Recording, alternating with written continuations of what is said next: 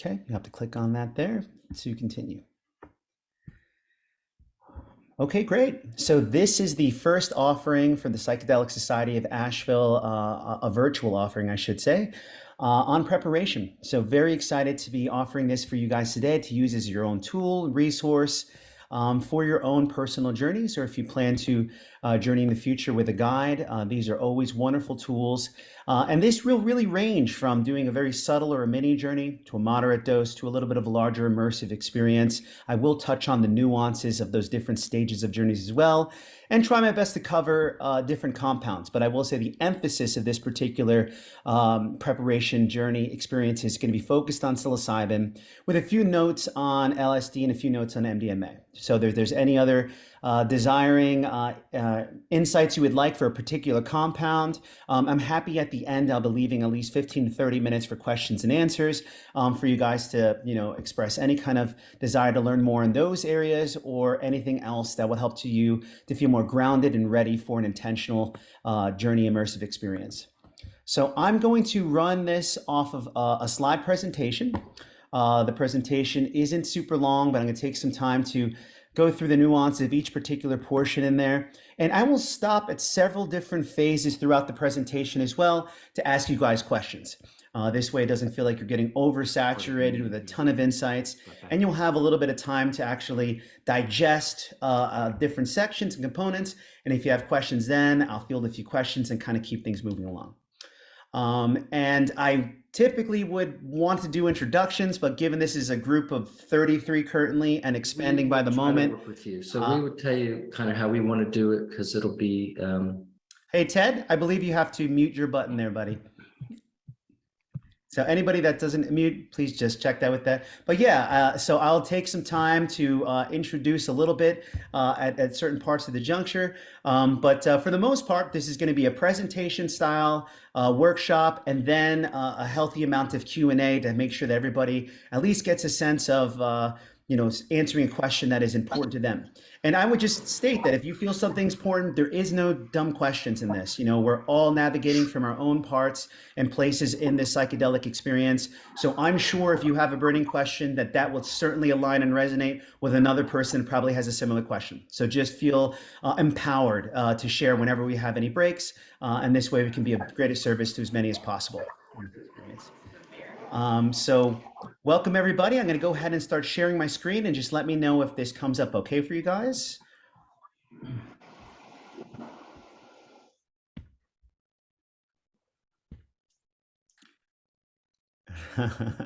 Thank you, Salix. Yes, this is definitely history making and one of many. I'm just starting the wave here. So here we go. We're going to start from here, psychedelic preparation. Okay, everybody seeing that okay? Looks good. All right, awesome. Yes. Hey, a couple of things as well. I am open to sharing this with you guys after this particular experience. If you would like the slide deck to utilize as a resource, again, to take notes, or as be a formal guidebook for you as you immerse into an experience. So if you would like that at the end, I have my email provided, and I think the greatest way to kind of go about that, and the easiest way, is either to send me an email or reach out in the meetup group upon which you signed in and leave a comment or something like that, and I will happily provide this as a PDF asset to anybody that desires it. Okay, so attuning the mind, readying the body, aligning the spirit. Quick note on recording, as I said. Welcome to shift your vision there if you'd like, or decide whether or not you want to be in this. It's up to you. But this would be a great resource that we will host on the Psychedelic Society of Asheville site. And I do want to mention my dear co-facilitator brother, Daniel Polk. We also have Salix and Sarah Levine, who's a part of this conversation tonight, and Dan Casciato, and the four of us have come together in a collaboration to be leadership for this volunteer psychedelic society, providing assets and insight and resources, and really, most importantly, community fabric for this psychedelic movement that's happening here in Asheville and throughout the world. So now we have a home base here where we can support one another and go into this type of work with deep intention and reverence for the power and transformation and healing it really does provide. So introduction on me here real quick. Hello, I'm Aaron. I am an ICF certified professional coach. That's 500 hours of coaching, 100 hours of training. I'm also a part of the first cohort of third wave psychedelic certified coaches. It is a 6-month coaching program based out of an amazing organization called Third Wave that is really deeply immersed in education for psychedelics since 2012. And I was on the first cohort to receive a certification that looks at the body, mind, spirit of psychedelics, also neurochemistry, ethics, dosaging, compound use, framing of a container, and so many other dynamics, high performance, optimization, flow states, all of these dynamics upon which psychedelics can be used for mental health and healing, as well as personal growth, self-actualization, and optimization of life. I've been a ceremonial Kabbalist and hermetic for 15 years, utilizing sacramental entheogens, mostly psilocybin, immersed within a ceremonial context and ritual for my own personal growth and discovery. And I'm also a psychedelic facilitator of the nation's first harm reduction psilocybin organization called Psychedelic Passage. There are 7 facilitators throughout the country. And through that particular organization, I've guided 70 high dose experiences. That's 5+ grams of psilocybin mushrooms in an intimate setting to people from all races, all cultures, and all age groups from throughout the country. And prior to this world, I also was the producer of an amazing festival here in Asheville called Leaf. I curated 17 Leaf festivals, over 1,600 concerts, and 300,000 patients.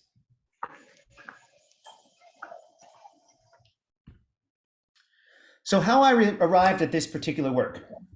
So the psychedelic journey has been something that has really caught my interest as an early college graduate. I graduated from West Virginia University in 2007. I had a psychedelic experience at a music festival. In 2007, that really opened me up to what's possible. But it wasn't until 2008, during a high-dose LSD experience, that I had a profound transformative awakening. I absolutely exploded in my heart in a sense of love and connection and unity with the world around me. This was in the middle of a music festival. Probably not advised to do that much LSD in that type of setting, but nevertheless, it was the beginning and origin of a profound path of transformation for myself. I found a deep love and appreciation for other people. I moved past judgment. I moved to a place of acceptance of all the different walks of life for who they are and what they are and the lessons they hold. And really drew me to a place of wanting to deeply involve myself in support of psychedelics, but I wasn't sure at the time how to do how. I will just say one more time, if you guys have your mics open, please do hit the mute button. This way that there's no interference in the presentation. So in that experience, though, I realized a few important things. One is that I was no longer aligned with a particular path in a doctorate program for anthropology that I was moving in. It was a path that I was looking at psychedelics and indigenous cultures in the 16th and 17th century, which of course was a catastrophe of a particular topic matter due to the desecration and persecution and really genocide of the indigenous who engaged in using plant medicines for self-realization, harmony, and cosmic connection. So that was very depressing. So actually using the psychedelics in a community setting shifted my orientation to wanting to create community settings where people explore and experience consciousness. So that I moved into creating music festivals I created over 20 music festivals from 2009 to 2020. And really at the heart of it all, the psychedelics were providing me with radical creativity, insight into other cultures, and a deep understanding of ceremonialism and ritual for inviting different walks of life to be able to participate in intentional events. My return to psychedelics in a formal sense came in 2020, where upon 3 journey experiences, I slowly moved away from the understanding that I'm a producer and event director and that's all I do and that's my life, to that being just a wonderful lens that I had to express my own love and creativity and culture through. And it moved me back into an orientation where I could then express my gifts in a new lane, and that's through one-on-one facilitation, small intentional group ceremonies, retreats, and intentional event experiences. So now moving into a space where psychedelics is at the heart of my work, not just an asset to propel my work. From that, I got the certifications in Third Wave and Psychedelic Passage. I launched my own organization called The Spark in January 21, which does facilitated guided journeys and transformational coaching. And then I came on board with Psychedelic Passage in November 2021 as a psychedelic facilitator. Now, the first and foremost, before even going into deep preparation protocol for psychedelics, the first important thing to recognize and look like is that psychedelics aren't for everyone. Truly, these medicines are powerful. They're incredibly transformative, yet there are certain mental health conditions and medications that really limit the efficacy and in truth can provide certain significant harm and different challenges associated with the psychedelic experience that really might call for a specified container or a way that you can navigate this experience within a different clinical setting and orientation. So really going into this, it's really important to know where you are in your mental health, take that as the highest priority, and consult a therapist if you have it, a social worker, a clinical counselor, and even a medical professional, just to ensure that your body is in a place of resilience and fortitude to handle the intensity of a psychedelic experience. But right off the bat, typically when I'm screening for people that are interested in journeys, these are mental health and medication contraindicators that I'm looking for. For mental health, psychosis, in particular schizophrenia, certain personality disorders like borderline or paranoia, dissociative identity disorder, also known as multi-personality disorder, bipolar is an important disorder, mania, and often left out, but narcissism and sociopathy. One of the important things to recognize is that the psychedelic will lead you toward a realization that is personalized and toward of the efficacy and impact and emotionality that you feel and the gravity you feel toward a particular experience. But it's not an experience that makes you as an individual super special above others. And those that have narcissism often perceive of assets, resources, and experiences as something to allow themselves personally to have an identity of power, prestige, or status above that of a collective.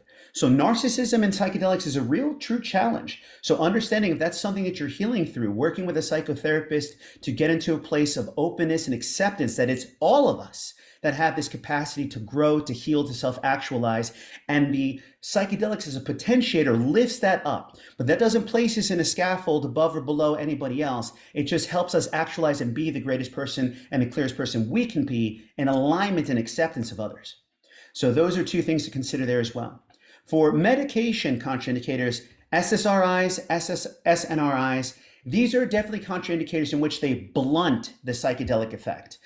There's a wonderful article from Psychedelic Passage that recently came out that there is a 30 to 40% less efficacy in intensity and longevity of a psychedelic experience if you take an SSRI or SNRI.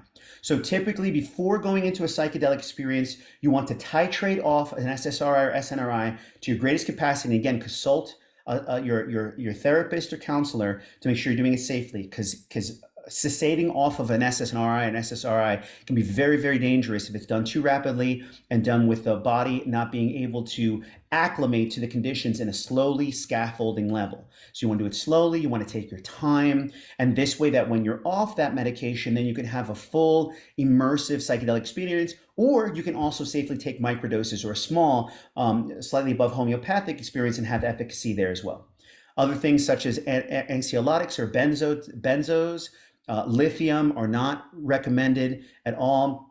Active opioid or alcohol addiction. Now, if you're struggling with this and challenged with this is okay. You can have an addiction, and it can actually you can still have a psychedelic experience, but it is best that you are already in a process of treatment, whether that be outpatient or counseling, or you're working on your own tempering of that medication with a support structure like AA or another group. It's important to be on your journey. At the end of the day, a psychedelic is not a panacea.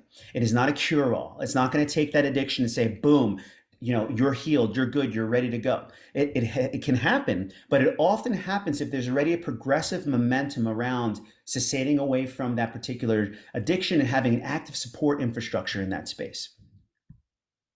Let me just double check here.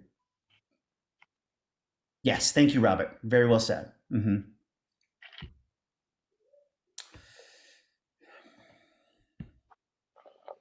So let's talk about a little bit of the neurochemistry or science of psilocybin. This I'm going to emphasize psilocybin. Psychedelics, most of the classicals have very similar effects, in particular LSD. They both are serotonic. They move to the serotonin receptors. But there are some nuances for NDMA, and I'm not going to be able to really dive into some of the alternative medicines such as ayahuasca, San Pedro, Pachuma, or peyote, or some of those others are different, and they require kind of a deeper exploration of them. But being that most people are stepping into this through psilocybin, LSD, and MDMA, that'll be the main thrust of this communication here. So with the psilocybin, it's important to realize that our gut, GI, provides 95% of the serotonin receptors are in this gut-brain axis within us. So the serotonin receptors, the 5,2-HA receptors, is that space where the psilocin and the main active ingredient compound with the psilocybin attaches directly to that receptor and agonizes it. It creates a vibration, a frequency, and moves with that receptor. That then literally creates this release and flood of a few different chemicals, one being that of serotonin. Serotonin is that sense of contentment, joy, well-being, and buoyancy. As dopamine is the give me more chemical, I want more, I need to do more action, more of this, more of that. We have a very dopagenic culture that wants to click on things and get more and double scoops of ice cream, extra sauce, all that. The serotonin is, I have enough. I am enough. This is enough. We are in a place of balance and healing, and it's okay. We're okay. So that sense of all around wellness is serotonin. Very, very powerful part of the experience is releasing that chemical.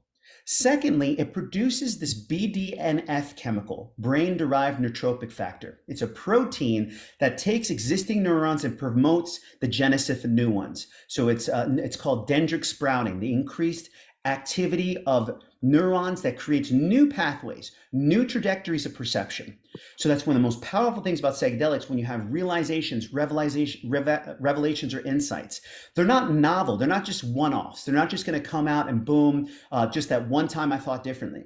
When you make those realizations, the tributaries of thought in your mind literally expand and extend, creating new pathways that next time you are dealing with a particular challenge or trauma or insight, or even trying to perceive things differently, new visionary capacity, you have new ground to work with. And the support of those new neurons help you to then achieve different pathways to deal with, cope with, and actually use creativity to adapt to changes in your life. So that's why it's so powerful for addiction, so powerful for depression and anxiety. It gives you new ways to orient around these experiences through neural growth. It also increases the transmission of glutamate, which is a transmitter that's necessary for brain function like cognition, learning, memory. It's actually the part of the mind that triggers the ego dissolution. And it also, through that ego dissolution, that actually disables what's called the default mode network. Well, we have established in our mind a network of essentially ways to adapt to our surroundings. It's our part of us that contemplates, ruminates, considers what is going on in our lives to ensure that we are staying effective, efficient, and in alignment with our highest survival. However, what it also does is it reinforces the stories in the mind. I am this person that likes to do this. I am known for this. I have this education and this type of status. I have this type of thing. So what it does, it actually sometimes narrows your scope dramatically of the large breadth of who you truly are without any cultural expectations and social expectations and personal limitations on the self. It starts to, the DMN network limits that capacity. So the dissolving of that really creates an opportunity to reperceive your orientation to the world around you from a completely new, or should I say actually a deeply remembered perspective.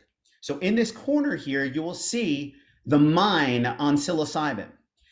The placebo there, that's our default node record. Very few consistent lines coming from different sections of our mind that allow us to navigate this life condition as streamlined as possible. On psilocybin, a huge web of interconnectivity and parallel perception is opened up. And actually, that mind on the right-hand side looks like the mind of a 5-year-old. If you do a brain scan on a 5-year-old, when they exit the day on a beautiful summer day, and they're thinking to themselves, wow, what's possible? I'm soaking in the light of everything today. I could run there, I can play there. This can happen, that can happen. Maybe this all that openness, all that experience, all that osmosis that you're feeling with the world around you, your intuition being your guide, that is a psilocybin experience. The wonder, the innocence, the resetting of orientation all happens from the dissolving of that default mode network. Last thing that I'll mention here is that there's a shifting in the sympathetic nervous system, a softening of the amygdala. The reptilian brain, the amygdala, is the part of the brain that governs the sympathetic and the parasympathetic nervous system. So the sympathetic nervous system, of course, that fight, flight, freeze, or fawn, that nervous system that is for adaptive survival behavior. How do I deal with a lion chasing me? How do I deal with the strength and ingenuity that I need to grab my family, run, and cover if something dire is happening? Now, unfortunately, most of us have our sympathetic like a knot, but it's not because lions are chasing us. It's because of COVID-19 and social justice and politics and violence and a society that has really disassociated from a sense of inner community and support. And so we're always dealing already with a baseline anxiety. And then you stack on family life and career and personal development, all these other things. And there's a lot of tension there, and it's not healthy at all. And it causes us to atrophy in our responsivity, to become more static as opposed to plastic. So by softening that and activating the parasympathetic, you move to the space of rest, digest, bond, and share. You're in that place of receptivity, of connectivity. And so that which you're learning is integrated in, you're accepting of it. That what you're sharing with others is a place of compassion and awareness. So it really creates that softening that allows you to genuinely learn and change and grow. Last thing I'll share is that MDMA in particular also releases a fair bit of oxytocin, which is that nurturous, that compassion and deep care. It's the same chemical that's released by mothers when they breastfeed. And lastly, psilocybin is anti-inflammatory, which is amazing for the body.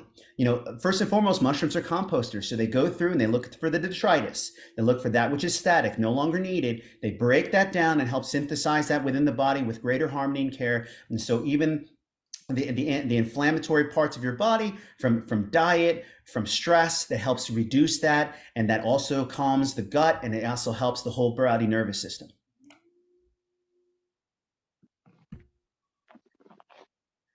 So set and setting. So now that we know the kind of neurochemistry, let's get to the basics here. Now we're talking about the real core of this lecture, which is the set and setting. So what is set? What is setting? Mindset is an established set of attitudes, especially regarding as a typical or particular group's social or cultural values, the outlook, philosophy, or values of a person, frame of mind, attitude, disposition. A mindset may also arise from a person's worldview or their philosophy of life. So as Timothy Leary and the great Richard Alpert had said, that became Ram Dass at a later time, is that how you go into a journey, your mindset is of critical importance. You know, if you are coming into in a space of harmony, peace, buoyancy, or at least openness and willingness and trust, then that is such a stronger way to go into it than anxiety, fear, stress, apprehension, constriction. Now, you can't always, a journey is a big journey. It's a big step. So you can't have, it's very rare that you have no fear. In fact, if you came into a journey with no fear, I'd be like, it looks a little bit cavalier. You're always going to have a little bit of that respectful apprehension that comes from a major transformative experience. But we'll be talking about here how to establish a mindset that really allows you to move into a place of greater readiness and greater openness and acceptance of what a journey can be, as opposed to preconditioning yourself with assumptions of what you think is going to happen based on other reports and what other insights and information you have. The second component of that is the setting. The space, surrounding environment, or position in relationship to one's surroundings where an event or experience is to take place. So cultivating a sanctuary, a space that you feel safe, that is clean, that is inviting, that is beautiful, that is private. All these things are very, very important about the setting. That's a small picture of the temple room where I do many of my journey facilitations there, with a beautiful mural of the Dragon Phoenix. I have the Etz Chaim Tree of Life Kabbalistic ceremonial space on the right, and my wife's beautiful ceremonial altar for her indigenous pass of the medicine wheel. So it's got an expression, holistic expression of sacred space. It's got a beautiful sound and meditation and smells, and everything there is oriented toward the immersive journey that allows people to have vision and comfort and safety in the experience. So any questions at all have come up so far about some of these preliminary ideas, whether neurochemistry, set or setting, or any kind of components of setting the stage here?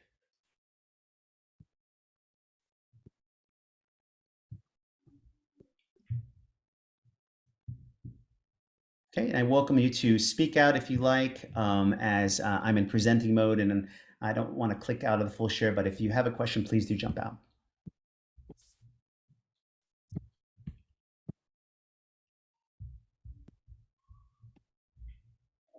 Okay, very good. So if anybody has any questions, I'll stop again in about 10 or 15 minutes, but we'll continue on then.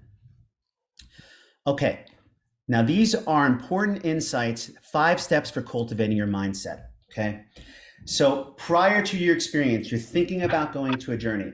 You haven't exactly dove into your protocol yet, but these are 5 things that I think are important to give yourself an opportunity to do a 360 and look at why are you making this decision now? What is really guiding you to taking this major step into an immersion? And this way you can do it with a lot of intention. So the first thing I always recommend is start by stopping. Step away from the intensity of your day-to-day to create a little bit of perspective, create some space, trim down some of the non-essentials and reflect on your life progression. So by this, it's like, okay, you're thinking about a journey. All right, take a few hours, walk a park. Just go outside, walk a park and meander a little bit, okay? Think about, well, what has happened to me in this journey that I'm thinking I'm moved, I'm called to having this exploration of my own consciousness. Is it healing? Is it growth? Is it spiritual discovery? Is it clarity in one's life? Is it finding your own purpose? Is it getting a sense of what these relationships mean to you? Is it looking at your evolution of your career and aligning your passion and your purpose as one? There's a lot of reasons to try to go into this. Do you have addiction? Do you have mental health challenges that you're trying to move through and traditional therapy hasn't been working? Medication has not been working. Getting really clear as to what that underlying thrust is of highest importance, because it really defines, is it strong enough to do a dive deep enough that you feel empowered to go forward with this type of experience. The second thing is kind of starting to trim down on non-essentials, create more space in your life. Often we have this natural tendency that, oh, we have a few minutes, let me pick up my phone and scroll. Let me look at my Facebook. Let me check out my Instagram. Let me do my thing. Anytime there's void space where it's just be time, let me fill it with something. Let me check my emails. Let me throw on my show for 22 minutes. That is something that is a compulsion that many of us have to try to stay efficacious, not waste any time, engage ourselves and stimulate ourselves. And, the dopagenic culture is something to do with that. But creating that space of, what, I have a little time here. I'm just going to be here. I'm going to be here. I'm going to write a little bit. I'm going to enjoy the day. I'm going to sip my coffee outside without agenda. I'm going to allow myself that spaciousness. And in that space, I'm going to reflect on my life. I'm going to reflect on, okay, what's driving me to this moment? I'm ready for a discovery. I'm ready for a change, a next step. So often taking that stop first will allow you to get clear on why you're really moving into that next step there for you. Just double check the chat here.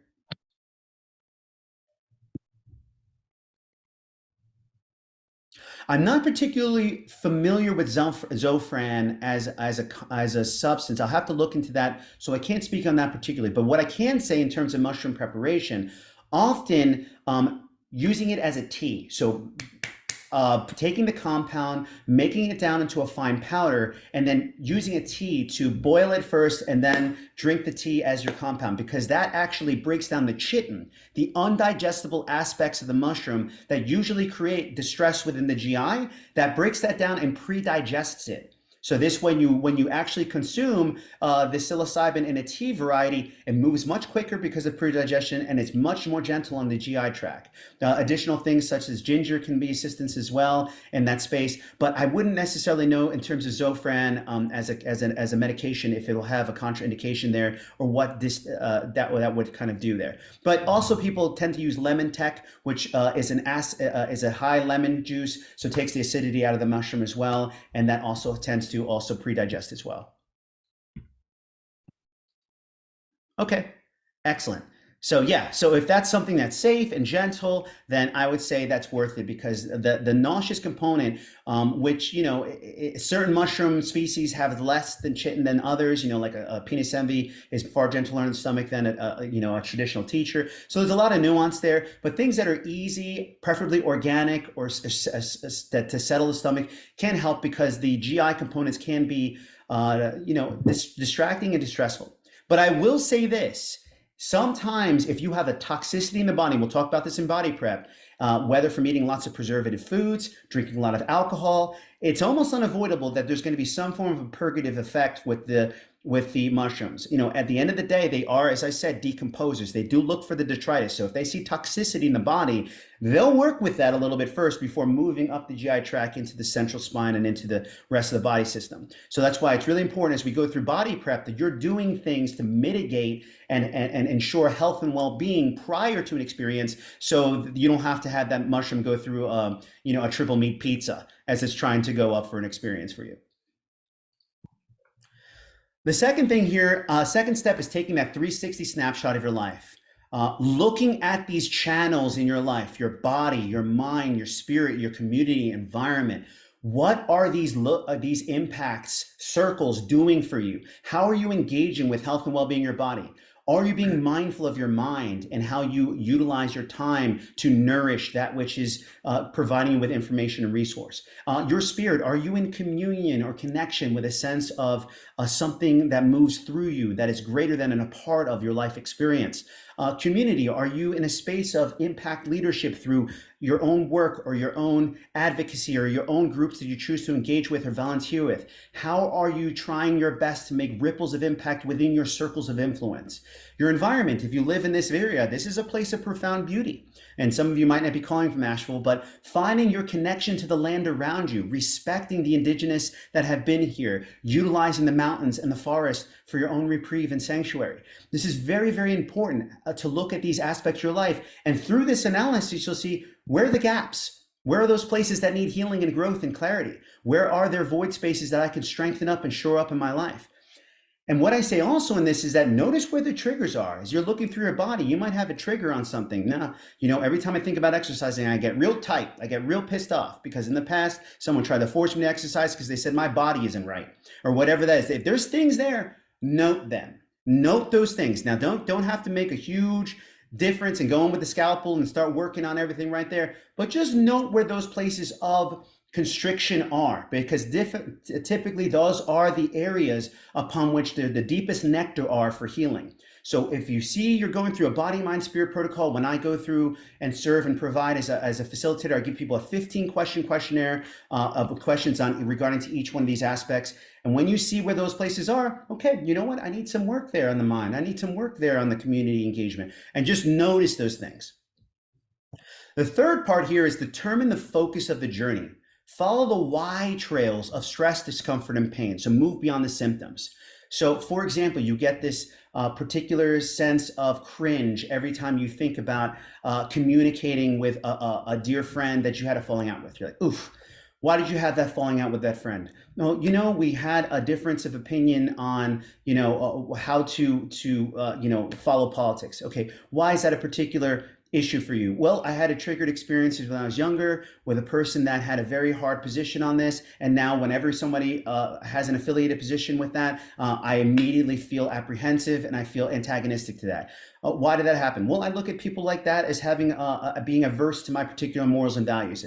So you follow these questions going deeper and deeper and deeper until you get to a place of, well, to tell you the truth, I find fear around people that have a difference of insight. I find fear if they're safe or not. I find a sense of, discomfort when my values aren't, fully embraced or accepted. I have some self-sensitivity around that. So it is maybe about the perception of the friend, but it's more so about unwillingness to be able to accept that others have a point of view and that's okay. So going down these why trails of discomfort and pain, if you have a task list of 10 things every day and you jump over 2 of them every day and they've been there for 3 months, that's a sign that those things actually are in need of a deeper attendance. So thinking about that, and in the process, practicing self-compassion, empathy, and care. Check the blame, guilt, and shame at the door. This isn't about this at all. When you start going down these roads, you're saying, oh man, I should have done better here. And God, I feel guilty. I should have, this problem has been there for 5 years. It should have been dealt with. You're doing it now. You're honoring it now. Now is the time for the healing. And you know what? We all take our own time and align when the time is right. So feel that sense of self-compassion, empathy, and care when you're going through this inventory on your journey. 2 other important elements here. Claim your inherent right to heal and grow. Martyrdom is not a prerequisite to deserving healing.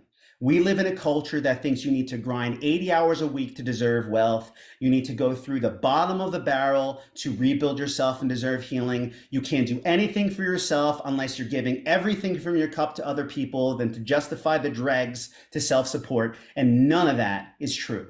Just by being alive and breathing this air in this room with me today, you are worthy of all the healing that you can ever want in this life. You are born into this world to experience and express the beauty of yourself in your fullness. Your gift, your blossoming maturation of who you are is the greatest thing that you can ever express in this life. So anything that's holding you down from full flourishment, from full expression, is not in service to anything around you, especially you.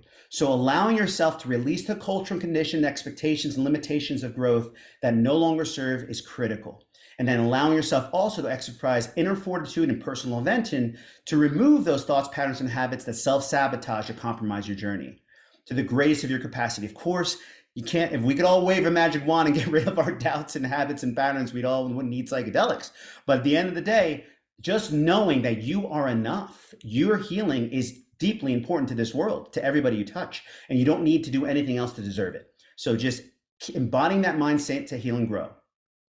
The second part of this is trust in the intelligence of the universe and the power of your intention. So you release the idealization or attachment to the how things happen. So you're going into this journey. We'll talk about this more. You have deep intention. You have deep preparation for the experience. But when you go in, you're not like, okay, in order for this to work out, I need rainbows and unicorns to like come out and set free. I need to feel the freedom of flight, and I need the perfect rays of sunshine to drop through the window. Like that, the how, let's let that all go. Because really the universe finds so many more brilliant ways that are way beyond your wildest dreams to solidify and adapt to the intelligence needed to heal than one could ever perceive or assume. So I always say for people that are, I'm guiding in a journey, it's like, hey, distill down to what you want, but open your palms wide to the how. You know, I had a woman that wanted to come into a journey and wanted this huge transcendental mystical experience, and she cried for 3 hours. And in the journey, she realized she never grieved her brother or mother who passed away during COVID. It just happened so quickly. She never had the opportunity to really let it land. And from that, her whole perception of the world had darkened, and she couldn't even see the beauty around her. So she cried, she released, she grieved, she honored that fully, that passing there, and she held it so tightly and close and loved on them. And then she walked outside, and every flower in my land, every bush, she would stop by and touch the petals and laugh and weep a little bit and cry. And she's like, I didn't need to go to another world. I just need to see the beauty in this world. And I couldn't see the beauty in this world because I was so sad and I wasn't allowing myself to grieve. You know, so the how that she saw the beauty in the world wasn't the amazing, mystical universe that was introduced for her. It was just the beautiful, beautiful world around us in its full vibrancy and full power. And she had the eyes to see it because she let things go. Okay, so any questions on those 5 particular aspects there before I dive into preparing the body? So 5 kind of mindset preparation tools.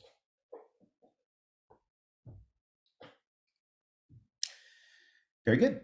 Okay, so preparing the body, physical. This is all about the slow, deliberate, mindful care of the body, emphasizing energetic balance, detoxification, optimal nutrition, rest, and restoration. So I'm going to give you a 3 weeks out and a 1 week out protocol here. So 3 weeks out, as you're moving into a ceremonial experience, and I would say this would be anything prior to 1 week. So if you're planning on 2 weeks out or week and a half, just getting these ideas or concepts in the mind is still extremely good no matter when you're doing a journey. But whenever I do an arc of experience, I try my best to make it a 5-week arc. So I started 3 weeks out. We have a protocol leading to 1 week out. We do an immersion, then we do an integration, then do an integration 2 weeks later to make sure that the efficacy of the experience stays strong down the road. So I give, this large arc because truly the psychedelic experience isn't just about the medicine at all. The medicine is the top arc of the rainbow. You have this huge first leg, and that is your intention and that is your preparation. solidifying self, readying the self. Then you have that peer above the clouds, that long, expansive view, that gaze into the possibility of your own inner consciousness, inner realms, the exploration of what's possible in the subtle realms of reality and dimensionality around you. And you get this wide lens of what's possible and what's true and what's deep for you. But then you synthesize and weave that into the tapestry of your life on that far side of the leg. Because if you don't bring that home and bring that down into the body, then really it's just an awesome lucid dream and cool experience, but it doesn't actually inform and activate the way that you engage and change your life in the world. So on this 3-week start for the body, 3 weeks out, ensuring adequate sleep first and foremost. So no phone or computer 30 to 6 minutes before the day. A contemplation or rumination is the biggest culprit for lack of sleep when there's mind is racing too much intensity of thought and consideration. And so going into that space with a little bit of a slower lead in, and often I do listening to binaural beats, reading a little bit, meditation, doing things such as tea, melatonin, valerian root, CBD that can assist with that slowing down process, and then allowing yourself that chance to enter into that rest with a slow gradual decline. Of highest importance is a healthy, rich, nutrient, organic diet, staying away from fatty, acidic, sugar-rich foods, and also staying away from processed foods. If you can't read what's on the label, it's probably not good to be in your body. Allow things to be simple and clean and prepared, hopefully by your hands, the very best you can. The tablet or phone is good. I would use a blue screen protectant on that just so that the EMFs aren't directly moving into your body on the lowest, dimmest setting. So train your eyes to read at a very slow, lower, dimmer setting. And also if you can clear out of all the other windows and everything else in there and just leave the pure reading that you're associated with. So again, that lowers the frequency of what's being permuted through the body. But it's not the most optimal compared to just text because you still do get some EMF and transmission there. But just be safe with the blue screening and just a low setting, and still reading is better than any kind of media or engagement in that way.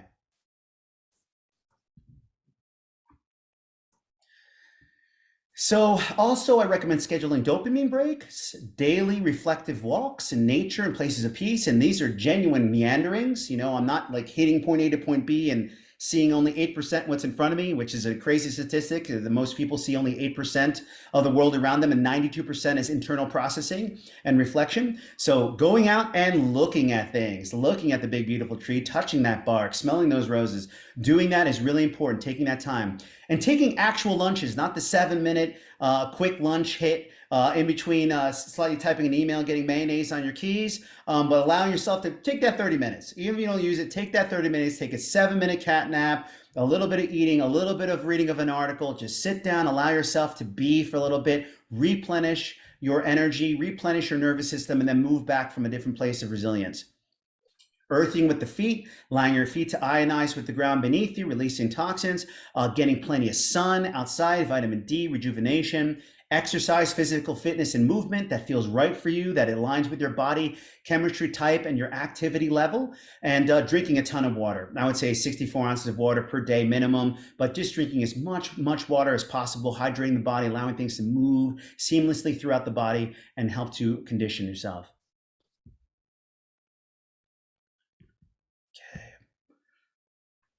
To recommend an experience with a ketogenic diet leading up to a journey. Yeah, keto is excellent. Absolutely. Yeah, protein-rich diet is great. And again, it comes down to more as opposed to the very specific food. I would recommend, just non-processed. So people that are vegan, vegetarian, people that are doing keto, just make sure that how the food is prepared is holistic. And that often does a great difference and change in terms of having actually nutrient-rich food there. Now, I do have binaural recommendations, binaural beats. Sleepy Tube on YouTube is absolutely phenomenal. SLEEPYTUBE, Sleepy Tube. So I would recommend that as something for you to check out. As tons of channels, and the YouTube actually doesn't have any commercials, so you can sleep all late along with it if you like, and you could also kind of move through a couple different options for the different wavelengths that are appropriate for you. A couple other quick questions that I'll field right here. Delta 8 or Delta 9 products in place of CBD. It really depends because I would say leading up to in general, yes, it can be utilized, THC as medicine, cannabis as medicine is very powerful, and you can utilize it very mindfully with, especially with a CBN or something like that that's associated with to assist with sleep, and it's been very powerful. Leading directly into the ceremony, I often, and I'll tell this later, ask for a cessation away from cannabis. Cannabis is a psychoactive that has a diva and has a lot of potency in uplifting, expanding the mind, often works counter to the psilocybin that wants to move inner and somatic and deepen the intensity. They tend to fight for the microphone a bit if you have a lot of cannabis in the system and the psilocybin is trying to work in the system. Yeah, there it is, sleep tube. Thank you, Sarah. And fasting toward an experience, well, now that's an interesting one. Certain particular paths, indigenous paths, if you're moving toward an ayahuasca Dianista tradition and you do have a very specific type of dieta or a fast, it can be recommended. I would say in general, though, eating clean and eating minimal is sometimes better on the body than people that aren't used to fasting and then move into a deep initiatory experience, as the body tries to draw upon resources within the body. And if you don't have a lot of energy, it can be exceedingly depleting and sometimes disorienting. In the psychedelic experience, you burn through thousands and thousands of calories. I saw a particular research article that said up to 6,000 calories in one single psilocybin journey experience. And they compared it a lot to professional chess players that played chess players against each other. A 4-hour chess match, you could lose 10,000 calories. The intensity of concentration and contemplation in that particular experience burns energy like no other. So having something in the system to move through is powerful. Now, I would say the day of the journey itself, fasting is absolutely ideal. So you can, or a very, very light meal. So the day of the journey, moving into the day with a very light meal, but moving up toward the journey, not fasting before then, doing nutrient rich is important. But the day of the journey, if you're doing especially an earlier afternoon or midday journey, doing some fast or eating, some nuts or granola or just a little bit of yogurt, something like that, a banana to hold the body in is very powerful. Okay, so that's preparing the body 3 weeks out. Preparing the body 1 week out. 7 days, no alcohol. Of all things on this list, no alcohol is the biggest one. Alcohol just does not agree with psychedelics and psilocybin particularly. They go to battle and it's uncomfortable in the body. If this is something you're using for addiction, do your best again to titrate or cessate away from alcohol the best you can so your body's as clear as possible moving into it. And this way you're not dealing with the toxicity and the type of battle that occurs often in the body with alcohol. No cannabis, we talked about a little bit before. I would say at most 3 days before, if you use cannabis as a particular medicine for yourself, just being mindful that it does have its own powerful effect that sometimes does not agree with the psilocybin experience and diverts the ability or capacity to move within by continuously trying to project you out into contemplation. Caffeine. This is one that many say that, caffeine is a powerful psychoactive. It's highly addictive. Most of us are addicted to caffeine. It just so happens that our addiction cycles are 24 hours. So by the time we start getting the itch, we're already filling our cup for the next day morning. But often if you have a very, very intense continuum of caffeine drinking, like you need it every few hours to keep your motor going, that I would say could become very distractive and very intense during a psychedelic experience, because you're going to have this draw or urge toward caffeine to help to stimulate a sense of regularity, and that could also kind of pull you away from the ability to feel the type of quietude and inner resonance to go deep within the self. Sexual intimacy, this is more of a kind of a mystic or shamanic tradition, but I think it holds a lot of weight from my own personal experience and for those that I have also been in service to, is that we preserve our energy, our well in that gut GI is also the space for our dantian, our elixir well, our sacral center, our creativity space. So when you have a lot of your mana preserved, for lack of a better term, it utilizes that and moves it up the kundalini often. And from that, you could have richer depth of personal experience and vision, richer sensual and also intimate energies flowing through the body, and somehow also more efficacy and agency in the subtle ethereal realms that you navigate when you are in that particular state of consciousness. So focusing on wellness, energetic restoration, spaciousness, and holistic health are the hallmark of your body preparation. Any other questions on the body? And I like the chat going on here too. So if it's easier for you guys to particularly, to do things there in the chat, that's perfectly fine for me. So yogurt here. Well, no dairy, I guess that it really depends on the tradition. It depends on the medicine. I know, again, for dietas in ayahuasca and yahe, or that tradition, dairy is an absolute no-no. In traditions of psychedelics and psilocybin and Mazatec Oaxacan tradition, not as much of a focus, So I would say there's not a complete kibosh on dairy. If you have a sensitivity already to dairy in some kind of way, then perhaps consider that. But for this being psychedelic or psilocybin centric, not exactly something that I have as a main flag. So preparation of the mind, stilling the mind to essential contemplations and actions that genuinely serve you, exercising inner fortitude, personal intervention, and purpose releasing habits, patterns, and distractions. So first thing, 3 weeks out, establishing a morning ritual prior to computer, phone, iPad, or TV. So prior to engaging in the world at all, you wake up in the morning, you come in, you brush your teeth, wash your face, use the restroom. Don't go grabbing that tablet or turning on the news or grabbing your phone and checking the email. Let that stay for a minute. Even this requires waking up 15 or 20 minutes early. Before getting into that space of engaging with the world around you, do some gentle breath work. Listen to a guided meditation. Do some mindful or TM meditation. Listen to, again, binaural beats, solfeggio tones, something that's deeply harmonic and balancing for the body and mind. Do a cold water dunk on your face for the vagal nerve to establish, a neurogenesis reset, or a full system dunk if you want to do a cold shower, I don't know, everybody has a tub out there, but, do a nice cold shower for the self. Body plunge, let that system regenerate, rejuvenate, and start off fresh. You do some movement, qigong, yoga, or just quiet still time. Make that cup of coffee and just sit outside on that front balcony. Rock in the chair. Nothing to do, nothing to be. Just be yourself for a little while. What this does is it establishes your own center. Where are you? Who are you today? Where are you coming from? What does wellness and nourishment feel like for you? This way you have resilience and inner fortitude. Then you go into your normal processes of checking things. And when you do that, you'll have your own resilience. You won't let the world mow you over. The bad news of the day and the 17 emails unanswered, all that won't all of a sudden blow you by. You know where you are, how you serve. You're oriented from your center. So now you can navigate that with greater depth and grounding for your ability to go through. The second component here is a little bit of daily journaling. I often say these are kind of three prompts that I like, kind of a past, present, future prompt. What are you letting go of?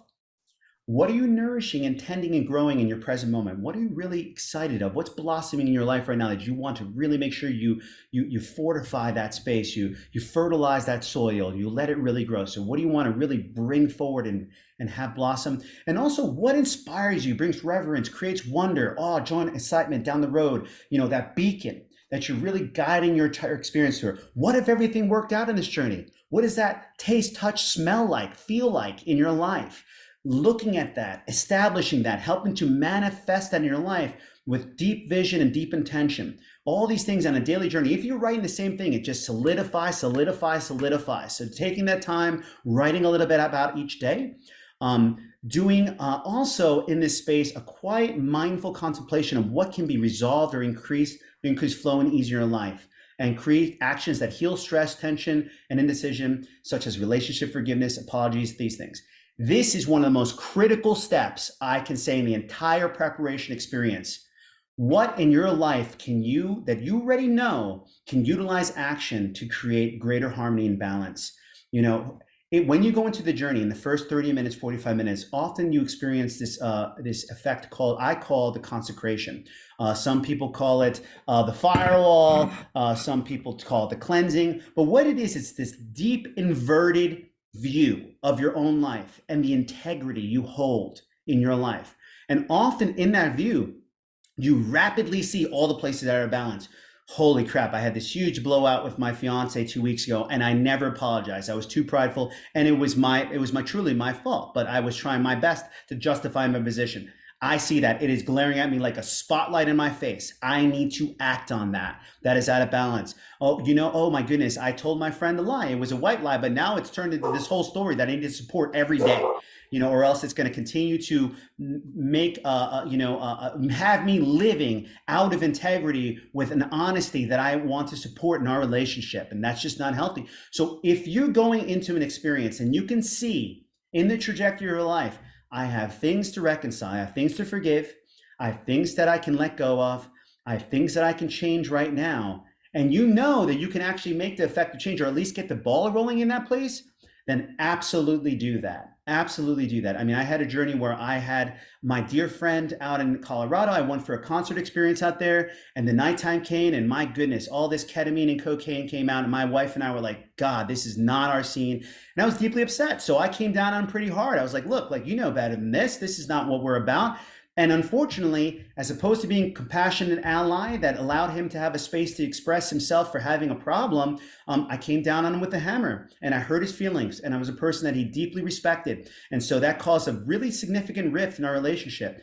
And I went into a journey a month later and I just saw the wound that I caused. And I saw, yes, she shouldn't have been doing those things. And yes, it was inappropriate to move that into an experience where we came out together at night. And yes, as a friend, as an ally, as a person who deeply cares, I should have had the conscientiousness to have a conversation around how it can be of support to him than how I can judge him.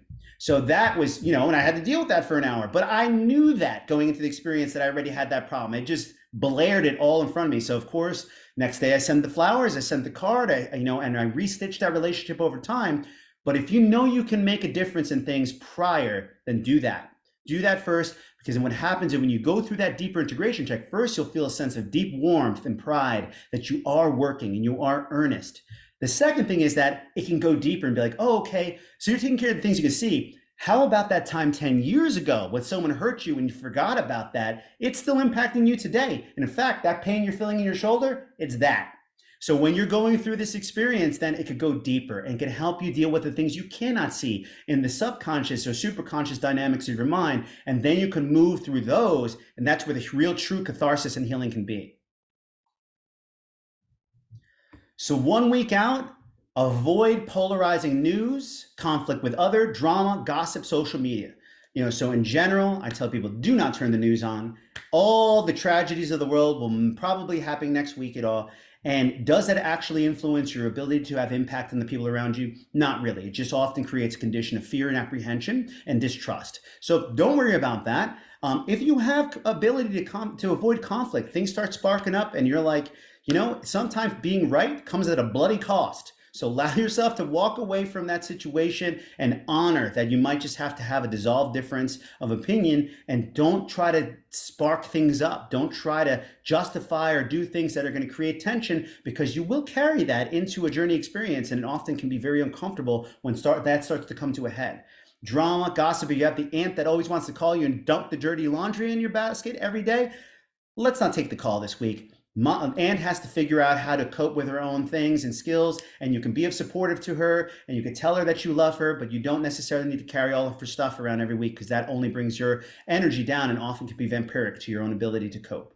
Social media in general is pretty high toxic, but mostly it's agitating, it's preoccupying. So feeling this draw to continuously check things, allowing that to kind of tranquilize and cessate. You'll see how often I provide these elements for people leading to experience, and they never go back. They seriously have a journey and they find their own sources of news, because as opposed to doing these things, the news, the conflict, the social media, instead, look at the books that you've been trying to read that you've been queuing up for a while. Where are the podcasts that have been really drawing your interest? How about the Earth 8K definition, beautiful documentary that's been in save for 2 weeks? Do the things that bring you nourishment of wonder, joy, insight, interest, and do that. Let that be your news. Let that fill you up. And then going into a journey experience, you're coming in with interest and passion and wonder, not the static of a world that's disassociated or the people that have lost their way. More so what you feel is important comes to the highlight. Further refining your intentions for healing, discovery, communion, innovation, truth, holding softly to those but not squeezing. Have your intentions, let the bird fly, the dove fly in the journey itself. And I often say, trying to solidify 2 mental techniques to use as a resource in the journey. Often moving in the journey, I say the best way to enter in is within 2 particular avenues. One is meditative, so allowing yourself to feel relaxed, released, tranquil, balanced. Thoughts that come by, clouds in the sky, leaves in the river. I'm not my thoughts. They're gaseous bubbles in the carbonation of my soda. They pop and they go. They're not who I am. So that's one way, is going in there with a sense of deep understanding. Sorry, I just have a question here. I'm seeing not clear about what you said about caffeine. 7 days. So I would say for caffeine, if it's a cup a day type of thing, it's okay moving to experience. If you are an active caffeine drinker, drinking several cups a day, try to titrate down toward 1 cup or something like that to allow the sustainment, but not feeling that you have to have a continual draw of that powerful psychoactive to feel balanced or engaged with energy. I haven't seen the Earth Ape Cave a documentary recommendation, but it sounds awesome. So, definitely something to consider. The second element for mental techniques, resourcing yourself going to a journey, is having a warrior's conviction, will, and purpose. Thinking about when you are coming with the insight or inspiration for a new discovery in your life or an action. What happens first? Let's back things up. You get an urge, you get a will, you get a movement through your body. That's, I want to act. I'm feeling inspired. That then triggers emotions. Oh, wow, I'm feeling excited. Something new is coming. Oh, wow, I'm curious. What could be possible here? Then the mind gets involved. Okay, let's talk about the strategy, the structure. Let's talk about the tasks associated with it. Let's talk about the execution plan.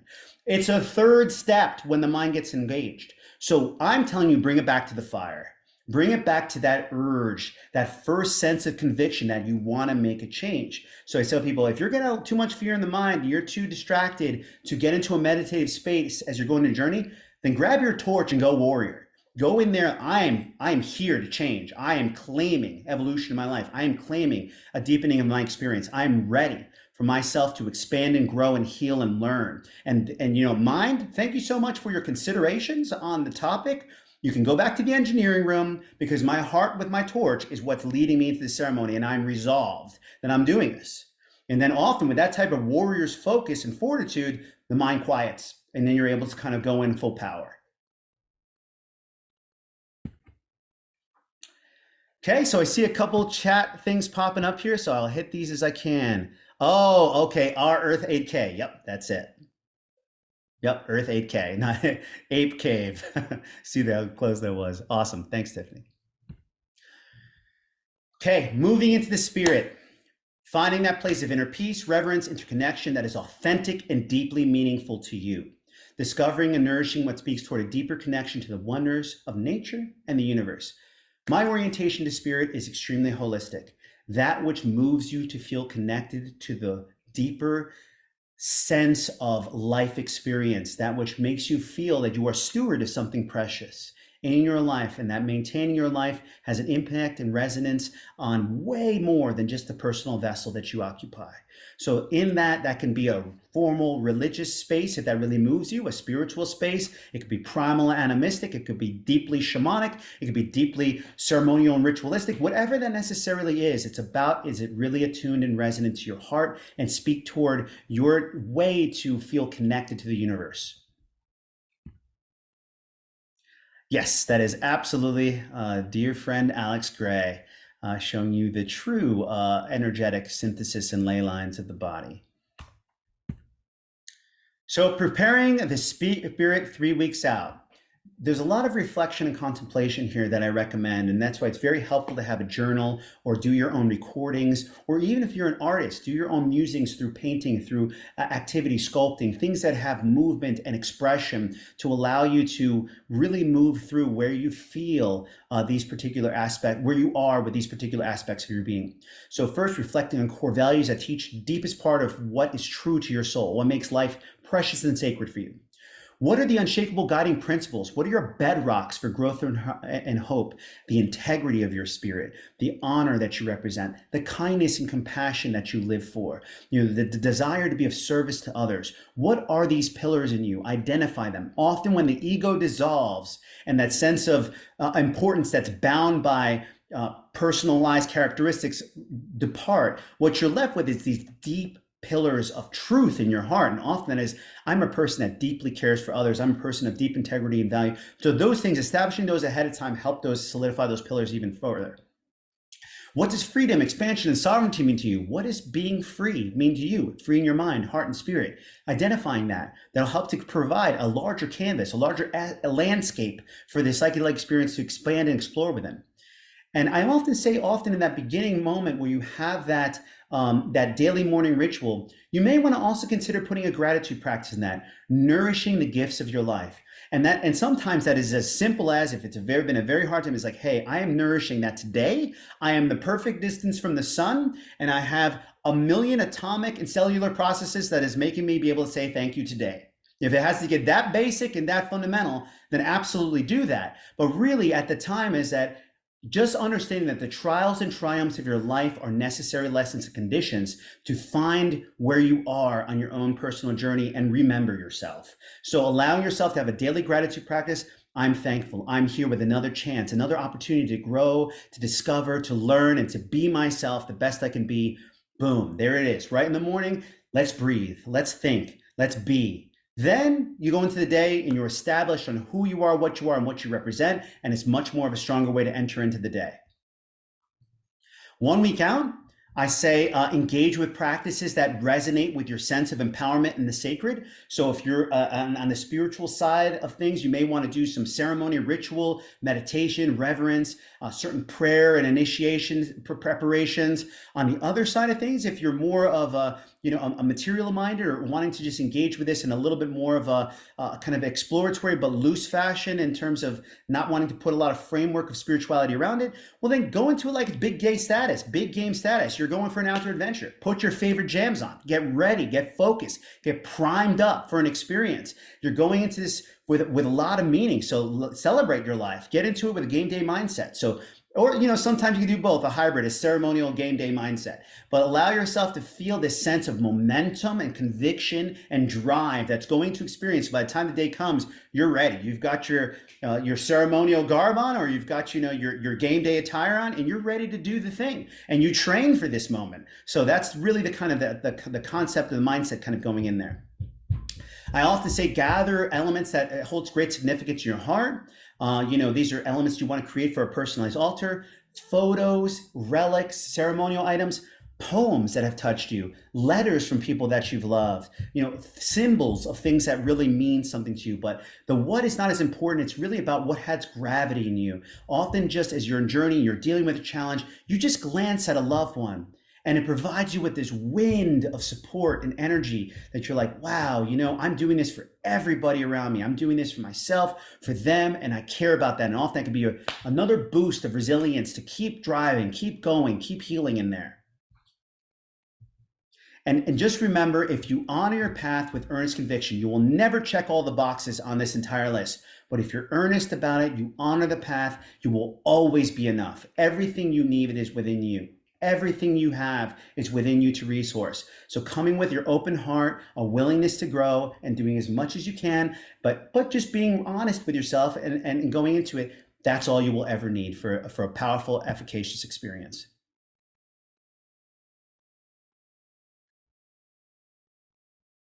Okay, it looks like we have someone that dropped a little bit of their own shout out here. Excellent. Jacob, so you can check that out a little later.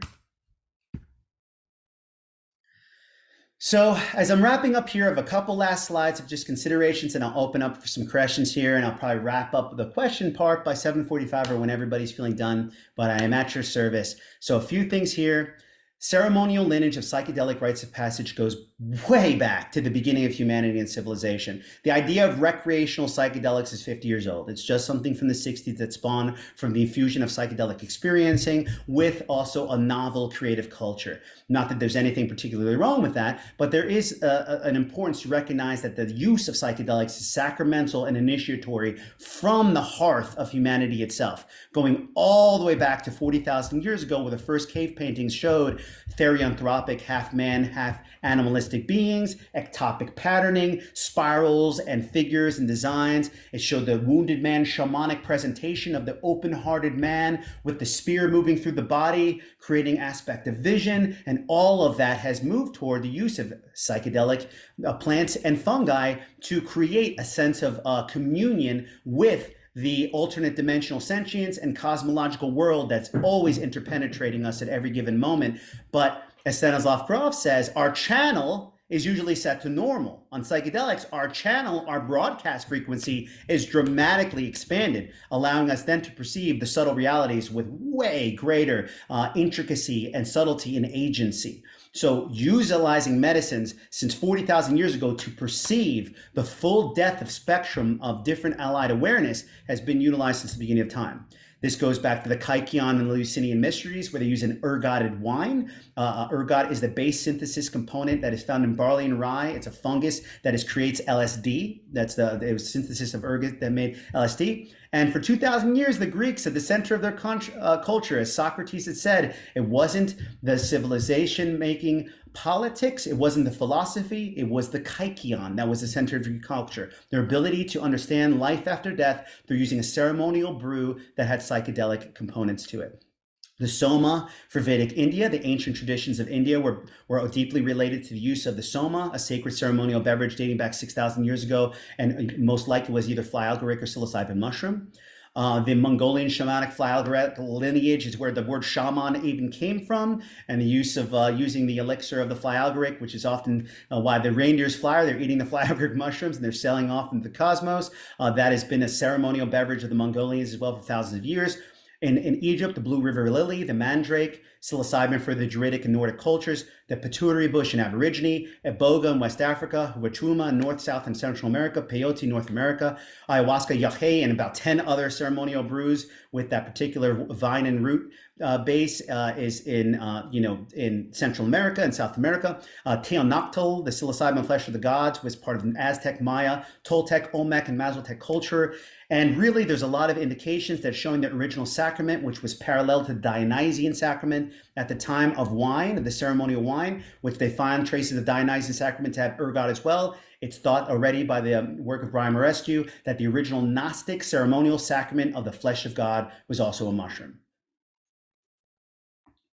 So, thinking about that longevity, now we're moving into creating a sanctuary for your setting in space. So, essentials for your sanctuary space that you're moving into. Clean, neat, organized, clear space. Completely private. No drop-ins from guests, no solicitations from anybody, silencing phones, alarms, or any disruptive tech in the experience. You're so subtly susceptible and attuned to the world around you that a beep could send you off for 20 minutes if it's done and jarring in the wrong place. So just knowing that nobody can interpenetrate that space unless they are directly invited or start in the experience or an ally in that experience. Safe, comfortable, secure from disruption. Often positive to have an indoor-outdoor potential if possible, a space where you can see nature because the power, the beauty, the connectivity of nature is so powerful, and also indoor where you can have a safe, reflective, introspective journey. The John Hopkins method is a little bit different where they say, make sure that you can, stay with your mindful on the whole time. I tend to say there's a little bit of oscillation there. Stay with the mindful for the first immersive, intensive part of the experience or on the mat or in the self. But after 2 or 3 hours, there's mobility to actually engage when you're in your reflective side of the mushroom, that you can look at the world around you. It can be deeply informative and provide some great wisdom. So support of a compassionate, loving, non-judgmental, supportive guide or a person there, a presence there. It doesn't have to be a formal guide or trip sitter or facilitator. It can be a dear friend. I often note that having a partner can be tricky because you're in a vulnerable, intensely intimate space of full transparency. So if you often have a challenge that you're dealing with that is related to the partner or something coming forward that the partner is not fully aware of or sensitive to or compassionate toward, that can create a very, very tricky situation where you're feeling exposed but non-ability to actually navigate that because you're actually deep in the medicine. So having somebody there that's rather objective and compassionate, a dear friend or an ally, that's not going to really be overly concerned with what comes forward other than wanting to be of support and genuine compassion towards your experience. I would say a beautiful playlist that's evocative, mood-oriented music. My recommendation for the playlist, which I've spent a lot of time with music over time as a producer and also doing these journeys, starting with something tranquil, moving to something bittersweet and nostalgic, moving to a tension release, something tribal or driving or movement oriented that really kind of uplifts or brings a climax to an experience or a conclusion, and then leaving with something euphoric, triumphant, and blissful. Okay, and last thing I'll have here, last couple things here, your journey environment, presetting your environment so that you have everything you need prior to a journey experience. a place for meditation and prayer, a place for movement and dance, a place for creative artistic expression, a place for relaxation, rest, and maximum comfort, a place for mental exploration and consideration, journaling, a place for nourishment and hydration. All those places are set up already, little stations that you have surrounding you. So that if you're moving from the medicine, you have the muse that say, oh, I want to draw, I want to paint this. Great, grab your paintbrush, good. Okay, oh, you know what? I want to reflect and meditate and be. Okay, sit by the candle, ding the chinchas, and do meditation. Great, but have it all preset ahead of time, because in the medicine, again, doing logistic things, coordinating, that can be extremely distracting and take you out of the flow and the ecstasis that a medicine creates. So having that all preset conditions ahead of time there. Other journey considerations: clearing, consecrating your space, cleansing your space with Palo Santo or sage, proclaiming your intentions and love and reverence. Have a handheld recorder with you for different notes or insights or reflections. Don't preoccupy yourself and just sit there and start taping all kinds of things. But if you feel something's really pivotal and you don't want to lose it over 4 hours more of the journey, just say one sentence into it, and often that'll be a cue to re-spark that for your journal contemplations afterward. Using and opening and closing the space with formality. I'm starting and I'm ending. And a note on integration: day of the journey, focus on what it is. Do not worry about what's next that day of the journey. Allow yourself to be. Revel in the realizations, be present in the moment. The evening or the first thing next morning, write or voice record as much as possible about the journey, realizations, insights, decisions, memories, visions. Be as detailed and expansive as possible, and create a plan to act with conviction and purpose. But I will say, don't do anything too drastic after a journey experience. You come out of there and you had this vision of leaving your partner. Don't just go out and say, I'm done with you. I mean, on my first journey experience I had discussed here when I first kicked off here in 2008, I left that experience and I quit my doctoral program 2 months before my master's with a 90-page thesis. Do not recommend that to everybody. It would have been probably more advantageous for me to just finish that out. But nevertheless, think about things a little bit before making radical life decisions. Let things settle. This isn't an integration session, but I just want to add these little tidbits here because they're important. But let things settle, still in. Now, if they feel firm and the conviction remains, then you can make some powerful life changes, but make sure they distill down first before doing anything dramatic. And always share at a level that honors your experience. You don't have to be an evangelist. You don't have to tell everybody psychedelics is the way. Going into it in a way that allows them your natural interest to explore and meet them where they are. And don't feel you have to give all the gems of your experience. Say it was deeply nourishing, deeply healing. And they asked how. I mean, it could have been a 7-winged angel that told you these certain things that are important. By saying that, you could have just blown the sense of reality that they're even willing to accept, and they'll scrutinize your experience. You'll start thinking about if your experience is true and all that stuff. Let it be what it is. Honor your mystical states. Honor the gems that are provided to you, and share with people enough to ensure that they know that you're having a beautiful boy experience and they want assistance in that. Help them with some insights on how to have their own or how to contemplate resources to have that experience themselves. So that's pretty much the end there. I appreciate you. This went a little bit longer than anticipated, but I felt some elements were important and you guys had a lot of questions along the way.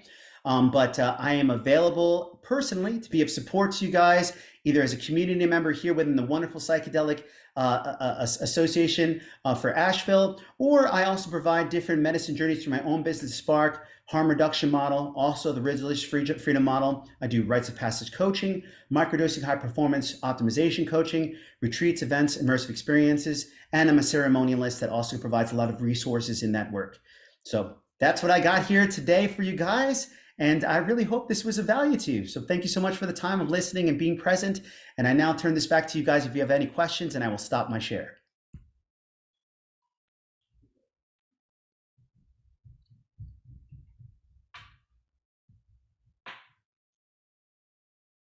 Okay, I see a couple of chats coming in here.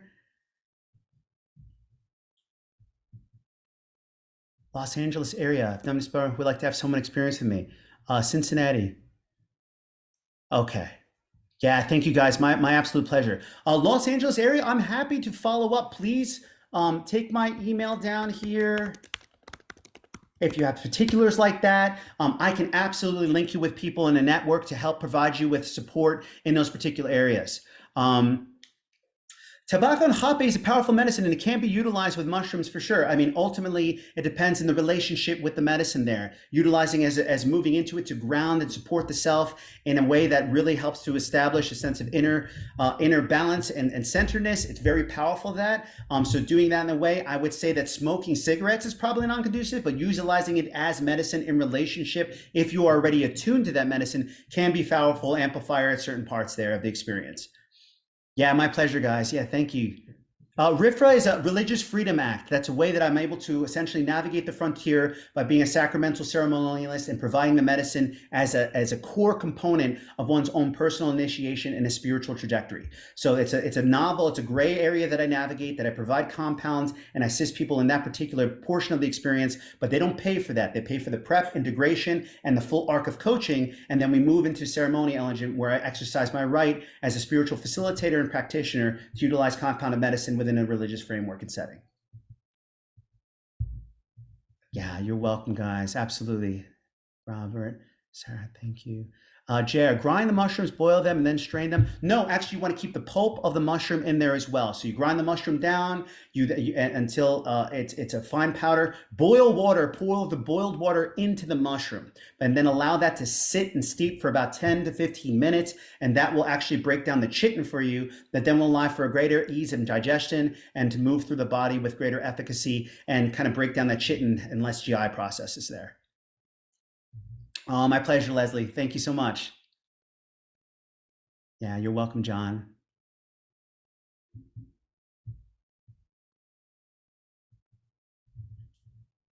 Thank you, Beverly. I appreciate that. Yep, this is definitely my soul path, and I love to share it. So thank you for that reflection. And yeah, as I said before, I have my email down there in the slide, and so if you want to reach out to me, I'm happy to connect with further questions or provide you with some resources.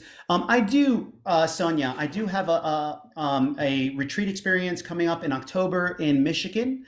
And I do have one coming up in Costa Rica early next year in 23. Yes, I have a lot of this information on my website. Probably not the nuance of detail that I provided here, but I do have a fair bit of information on the website.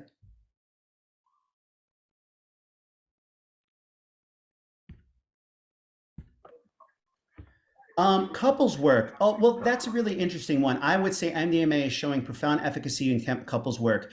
The ability to move into an experience with somebody without fear, without triggering, because MDMA almost completely cloaks the amygdala response. So that place of tension, fear, apprehension, restriction, constriction, a lot of that is deeply softened, while simultaneously releases oxytocin for great nourishment and a sense of deep compassion and care. And then the serotonin makes a sense of joy, buoyancy, and contentment. So often you're able to navigate through extremely triggering circumstances and traumatic situations with a sense of joy, with a sense of deep connection and compassion for the other, and without feeling that sense of retraction from one's own self. And really it comes down to also you have a deep sense of love for yourself, what then opens up a sense of love to others. So I love that in particular MDMA and couples therapy. It is next on the docket to be FDA probably legalized for psychedelic assisted therapy within 23. So we're on the frontier of that becoming a real modality, but there are people out there that are already supporting the process. Psilocybin stays in the system with a half-life of like 24 hours. And even the testing of psilocybin is extremely complicated. Nothing in the regular traditional panel actually could find psilocybin. So they would require a very specific drug test or hair follicle test that costs upwards of hundreds to thousands of dollars to do that most people don't even do.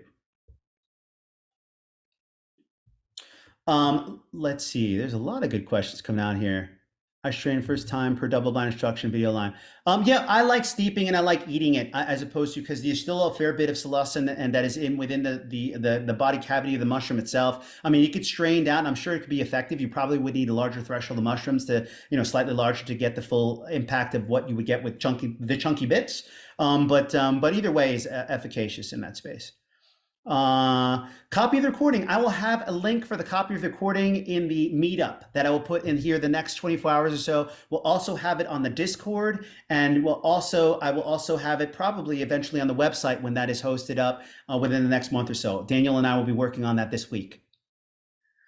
Legalization efforts, I mean, I would say advocacy efforts are vast and wide. There's a lot of different projects that are working on advocacy right now, of course, MAPS being one of them. I love the Heroic Hearts Project that is looking at military veterans and access to first responders and providing psychedelics in their behalf. And that's one of the few organizations that's crossing both blue and red lines with advocacy, because military is something that all holistically people can get behind. But all across the board, I would say that advocacy efforts are best kind of started within the community here. We're going to have a very strong advocacy lean here with the Psychedelic Society of Asheville. We're still kind of growing, but we have a lot of professionals in this field. And inevitably, one of our main goals is to really push decriminalizing nature within the city limits of Asheville itself. But overall, I would say look in your own regional or community network. Are there movements happening to kind of support the advocacy for both psychedelic awareness and psychedelic decrim and legalization, and try to be supportive, because those ripples of impact close to home are often the most meaningful for your own community. Thoughts on 5-MeO? Extremely powerful. Really, at the end of the day, 5-MeO is one of what could be considered the Maha psychedelic energies out there. So you have your ayahuasca, which is the primordial mother, bringing you deep down into the stewardship of the earth. And then you have that more masculine 5-MeO DMT that's projecting out to the cosmological unified center in the being. In broad swaths, it's profoundly powerful. It essentially eliminates the egocentric reality normative view instantaneously, but it also can be deeply destabilizing, because the awareness that it brings you to is so intense, so rapid, and so short-lived that integration can be complex, difficult, and fragmenting. It's one of the few psychedelics that people have had actually full nervous breakdowns and have died from. There's that and iboga root, because of the intensity and the drama that it causes within the system. So I would say if you're going to an experience there, be extremely mindful of who the facilitator is, because you are in such a profound, open, suggestive, and sympathetic environment that if someone has alternative intentions of any forms, and there are brujos and dark wizards and sorcerers out there, they can really do some damage to you on the openness of a 5-MeO experience. Second part of that is that have a framework around you to land and support that experience with a lot of tail end for slow, mindful, thoughtful, nourishing integration on the far end of the experience, because it is quite profound, but how you bring it home is about how you slow things down and really act with care in that type of experience.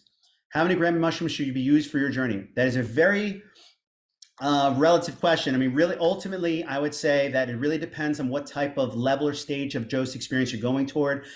For what I've provided today, this is probably to do on your own.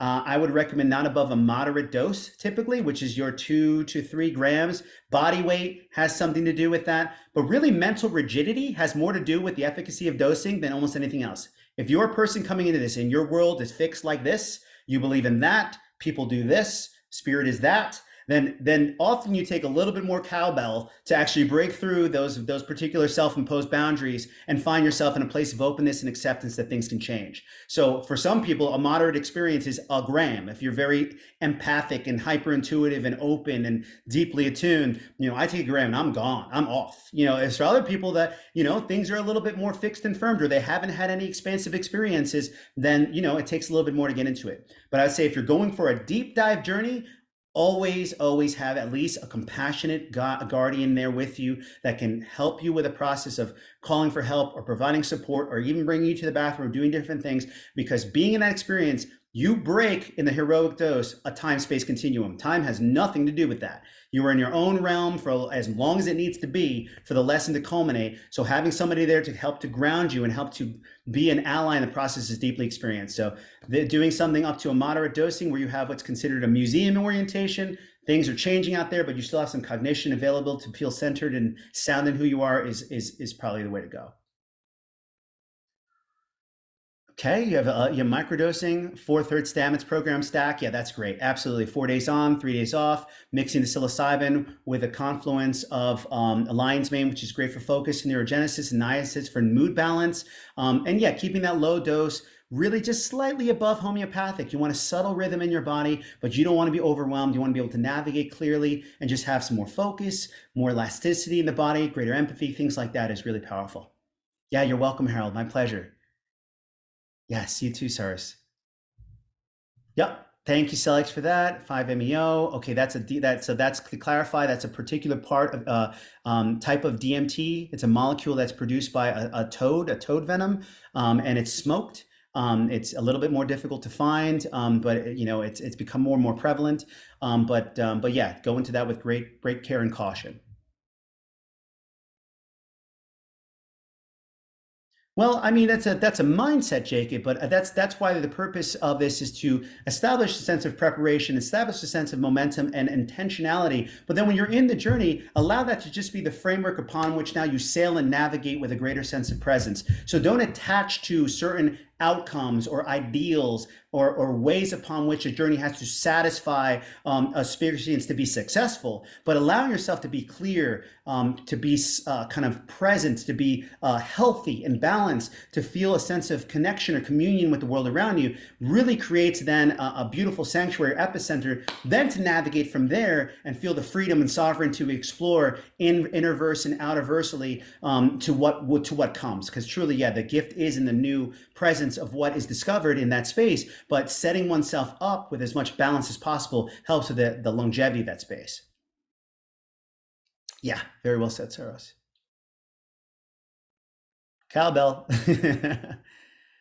Ganja can enhance entheogenics. Again, it comes down to the relationship and the utilization of the plant. And sometimes when you use a puff of ganja, it can create a visionary upwelling in which you can accelerate particular visionary capacity. But if you're very experienced and now you're working in alchemy, so you're working in the infusion of different compounds in certain ways to add signature expressions, that's a more kind of pronounced and I would say adept way of navigating experience. But if this is your first few journeys and you want to get a sense of what the signature impression of that specific compound is, I recommend doing that holistically by itself, so you understand what it does to your body, mind, and spirit in and of itself, how you acclimate to that, how you navigate that. And then over time, infusing an MDMA with psilocybin is a profoundly beautiful journey. It brings a heart-centered awareness and the visionary mythos of the medicine, but doing those things after you have a grounded sense of how do I respond to this, how do I navigate this, how does this work with me, and then slowly low dosing, always low high. You can't go back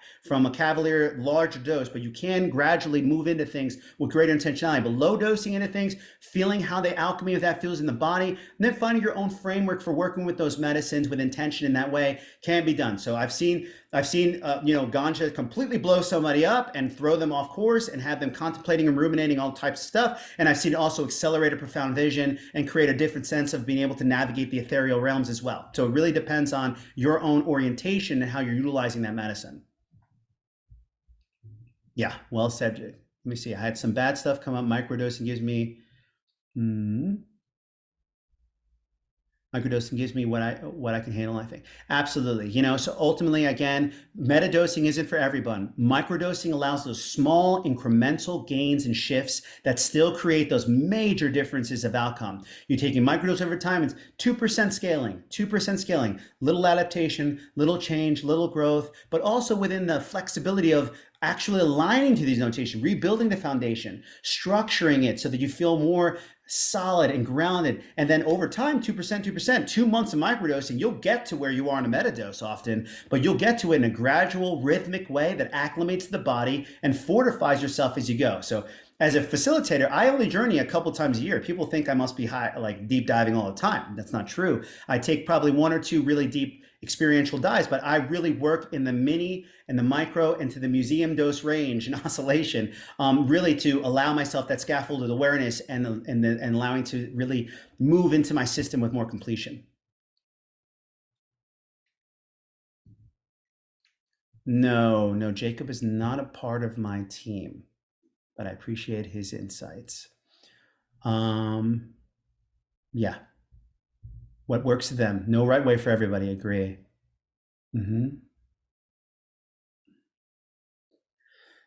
Ego deaths and hopefully experience that. Yeah. So ego death is something that really comes from the full cessation of the default mode network, the dissolving of that sense of personalization in the experience. So I am a person that's individuated within my own container that's having this particular experience in life, and that is restricted to my own assumptions as to what's important for me and what makes up my character. That goes away in the ego death experience. Really, it takes a different amount for other people. You can't exactly guarantee it. I've had people have 8, 10, 11 grams of penis envy and not have ego death. I had people have 4 grams of penis envy and have a full perinatal rebirthing experience where they remembered their C-section in their womb and re-chose to be alive and had this amazing, glorious revelation of their own efficacy of choice in their life and all of that. So this is a sense of, for ego death, it's really mostly about, is it the time for you to come into a deep awareness, and is that particular medicine going to help to catalyze that in that space for you? Now, you can probably lean closer into having one by having a larger amount, but really, I tend to believe that ego death comes at a time where your body's willing to accept that you are more you are a transvisual consciousness, as one of my mentors, Paul Austin from Third Wave, says. You are an individual with your own spark and flavor and uniqueness and expression of who you are, and you are part of an oceanic intelligence that transcend any limitation of time, space, or lineage, and that's the beauty of this experience, is being part of this continuum, part of this life expression, but a unique facet of the diamond. But it happens for people at different times. And if it does happen to you, it's often a part of a breakdown or dissolving experience, but also a beautiful, flourishing, blossom experience. Tripping and shrooms, no, I would never recommend Xanax. It's a dissociative, so it's supposed to being attuned to intuitively the rhythmic energies around you and attuned to the sensitivities and subtle energies of the body. It would actually completely disassociate you from those subtle spaces and move you into a place of kind of almost, completely disengaged from the subtle energies that are actually trying to teach you important lessons. You're welcome, Ted. Yeah, I agree, Ted. Yeah, the hope is that there's momentum here, that much people return to right relationship and stewardship of the medicine in a way that's intentional for them, and sharing that awareness, with transparency and truth to the collective society. As How to Change Your Mind book has come out, and the video and Fantastic Fungi, and these different things are really helping to move that lens forward of being really deeply attuned to what we can do with that return to right relationship. Not using it just as an enhancement or an additive, but using it as a way to deepen our own life experience, what we're connected to, how we're connected to them, relationships and community and things like that. But I feel that there's a lot of momentum here, and it's things like this, our group coming together, that really help to foster that continual growth and evolution. Oh, that's awesome. Yeah, antidepressants is a tough way. Mhm. Yeah, thank you, Suarez. It's my pleasure. Absolutely. Yep. The SSRI journey is a long journey, but I recommend considering microdosing. Often when people are cessating or titrating off and working with microdosing, it supplements a lot of that type of ease and anxiety release, and also sense of deeper sensitivity and compassion for self. So as opposed to numbing out the bandwidth to ensure that you're riding this middle lane of just kind of baseline contentment, it allows you to feel into those spaces that need healing, work with them a little bit more intentionally, and then through the releasing and conscious letting go, then you could create more spaciousness to move beyond medicine. Yes, a shooter should be absolutely vigilant and focused on you. I mean, as a sitter, the only time I have my phone out, if anything, is to have my notes section open, because I do often ask that if people have certain revelations, insights they want to share, shout them out so they don't feel like they have to cling on to them for the duration of a journey. So I will take those particular facets down. But other than that, should be deeply attuned. Even if a person is quiet, what are their gestures? How are they moving? How's the chemistry of the music? What is the fragrance on right now? How is the conditions of the space in terms of heat, coolness, and comfort? Like, where are you? There should always be a sense of vigilance in that space. And if any moment that person looks up with their eyes of a space of, oh my goodness, something's going on deep, can you be that support? You have to be able to be there immediately, looking into that soul, being hyper aware of what they are, and then being in a space of, yes, you're safe. It's okay. move through. We can do this. So having that sitter there or a person that is actually really vigilant to that space is important. Now, if you're in a friend or compatriot kind of space, they might not be as attuned. So you might have to kind of coach them prior to being a sitter for you, just to make sure that they're, on point with a lot of those components. But by and large, if you feel a sense of vacancy energetically from a person that's supposed to be providing support to you, there's an issue there, because that's something that really requires the type of continuum of support, because you never know when somebody's going to have a moment. They could be blissed out and boom, they're in contraction, and all of a sudden they're having these powerful traumas opening up, and that's where you need to be ready, not 5 minutes after that happens, but right when that happens.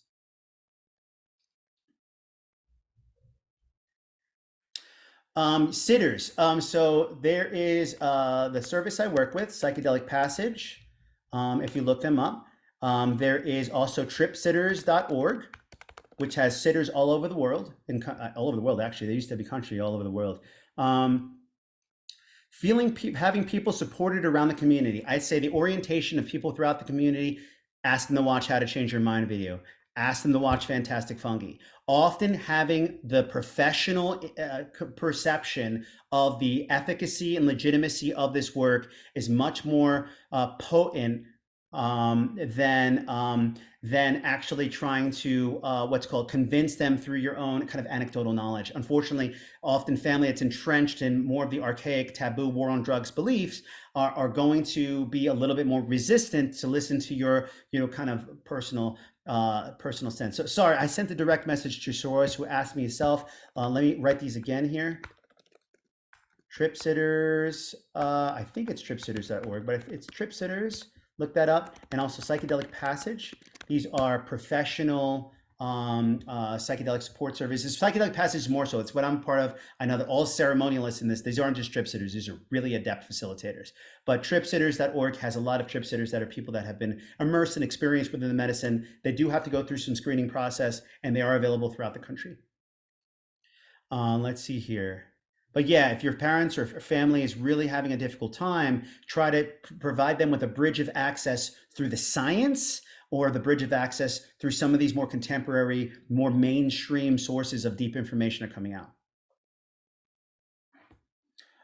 Avenue for first timers. Let me see. I'm not sure if I fully understand that. An avenue for experience or an avenue for them to engage.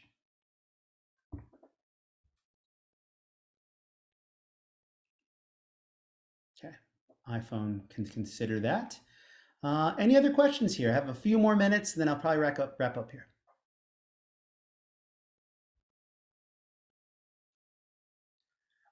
So a psilocybin journey is typically, the experience is typically about 6 hours from the entry to the return. So it's fairly consistent in that space. I would say a trip sitter arriving prior to the journey experience to just kind of set the tone and tension, make sure that the space is, well contained. All of the considerations I had there for setting are kind of in place, immersing into the journey experience. And then on the far side of that, then just ensuring that you feel stable, safe, secure, grounded, and supported prior to leaving an experience. So I would say if it's a 6 hour experience, typically as a facilitator, my day with somebody is 8 hours. For a first time experience, my pleasure, Tiffany. No problem, Sonia. My pleasure as well. For a first-time experience, I would definitely recommend using a facilitator. I shared some of the websites there: Psychedelic Passage, tripsitter.org.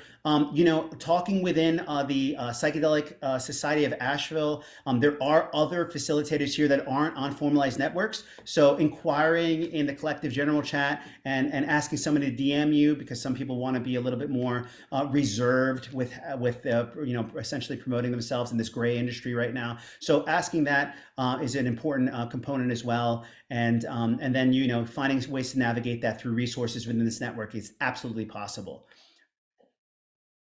Yeah, my pleasure. Thank you, Sharing. Trip sitters, it's a vast spectrum of charging, really. It really depends on different models.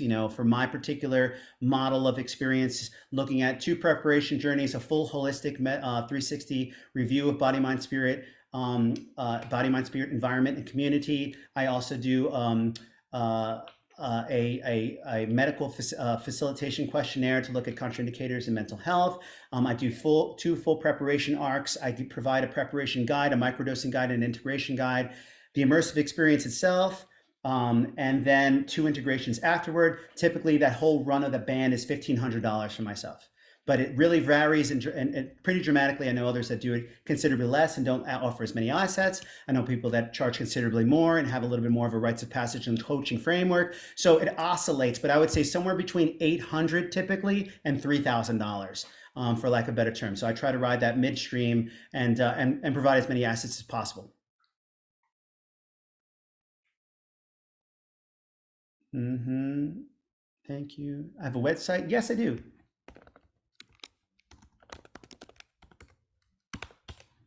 There you go. Awesome. Thank you, Celix.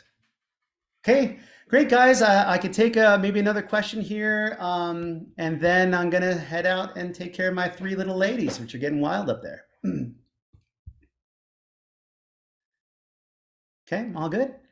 Awesome. Well, thank you guys so much. Lots of love. Appreciate you all being present for this long presentation. And I'm here to continuously support. So please reach out to Psychedelic Society, the meetup, and I'll post this as a recording in the next few days. And just, yeah, grateful to be of service to you all today. All right. Much love. Safe journeys out there with the medicine.